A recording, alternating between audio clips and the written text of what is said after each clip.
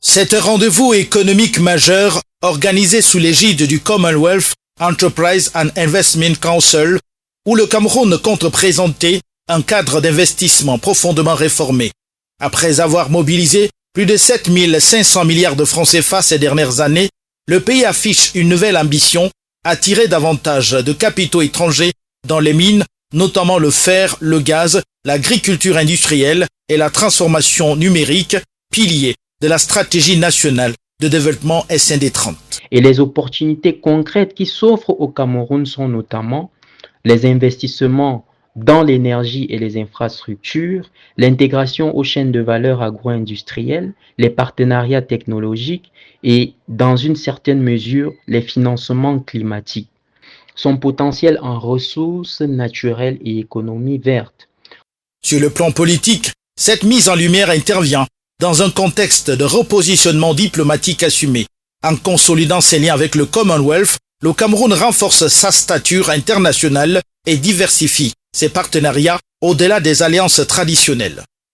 La participation du Cameroun comme invité spécial s'inscrit donc dans une logique de diversification des partenariats extérieurs, en ce sens que dans un contexte de recomposition des équilibres mondiaux avec notamment la multipolarité, les rivalités sino-occidentales, le repositionnement africain, le Commonwealth offre un espace de dialogue sud-sud élargi.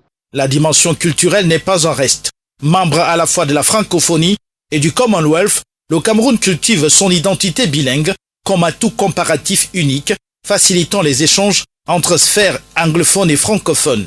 Le Cameroun est un État pivot potentiel qui possède 3 atouts structurels majeurs, à savoir sa position géographique en Afrique centrale, le bilinguisme français-anglais et le système juridique mixte avec notamment la common law et la civil law. In fine, au regard du contexte global marqué par les incertitudes, la diplomatie économique exige que le suivi soit plus déterminant que la participation en elle-même. Selon la presse locale, Lord Marlan devrait conduire une délégation d'hommes d'affaires au Cameroun début 2026, preuve que l'offensive diplomatique et économique est déjà en marche. Pour Yaoundé, l'objectif est clair, transformer l'essai diplomatique en investissement concret.